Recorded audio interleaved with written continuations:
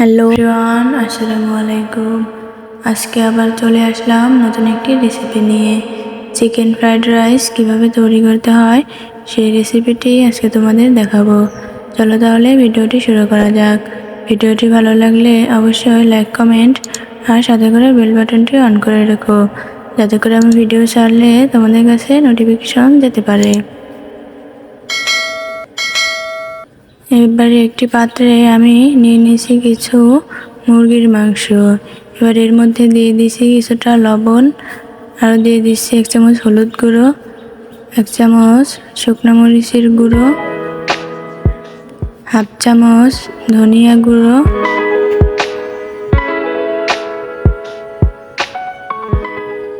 1/2 চামচ জিরা গুঁড়ো, আর দিয়ে দিচ্ছি 1/2 চামচ গরম মশলা গুঁড়ো।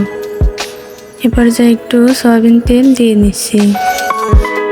এগুলোকে আমি একত্রে এবারে একটা চামচের সাহায্যে ভালো করে নেড়ে চেড়ে মাখিয়ে নিব।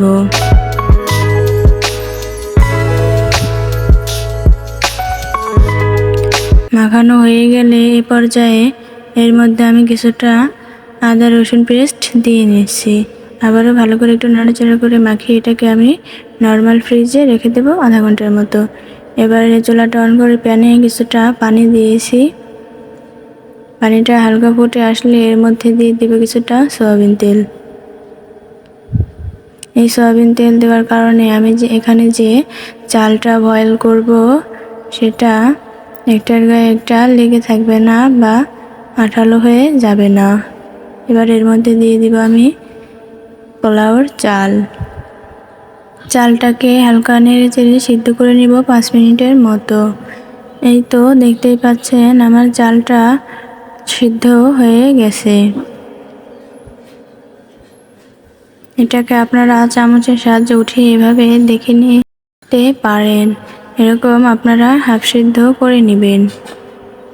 এবারে বয়েল করা চালটাকে আমি ছাঁকনিতে নামিয়ে নিব। এটাকে আমি একটা স্পুনের সাহায্যে নাড়াচাড়া করে দিব, যাতে নিচের ভাপটা উঠে আসতে পারে। এবারে চুলাটা আবার অন করে একটা প্যানে দিয়ে দিব কিছুটা সয়াবিন তেল।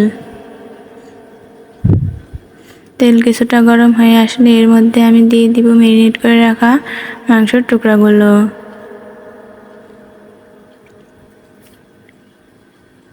এগুলোকে আমি 5 মিনিটের মতো ভেজে নিব।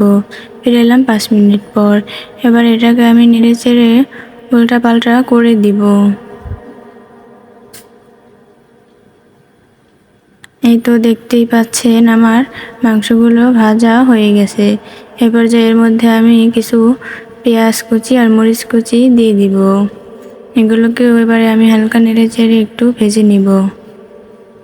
ভাজা হয়ে গেলে এর মধ্যে দিয়ে দিব গাজর কুচি, ক্যাপসিকাম কুচি, টমেটো কুচি আর কিছু বরবটি কুচি। এগুলোকে এবার আমি 2 মিনিটের মতো ভেজে নিব। এবারে এর মধ্যে দিয়ে দেব স্বাদ মতো আর একটু লবণ। এই তো দেখতেই পাচ্ছেন ভাজা হয়ে গেছে। এর মধ্যে আমি দিয়ে দিব বয়েল করে রাখা চাউলগুলো। হালকা নাড়াচাড়া করে এটাকে আমি ভেজে নেব 5 মিনিটের মতো। ফিরে এলাম 5 মিনিট পর। এবারে আর একটু নাড়াচাড়া করে দেব।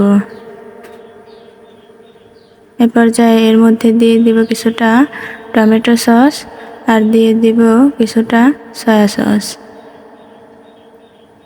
এবার একত্রে সবগুলোকে আমি এভাবে নেড়ে চেড়ে মাখিয়ে নিব। আরও ভেজে নিব 5 মিনিটের মতো। এই তো দেখতে পাচ্ছেন আমার চিকেন ফ্রাইড রাইসটি প্রায় হয়ে এসেছে।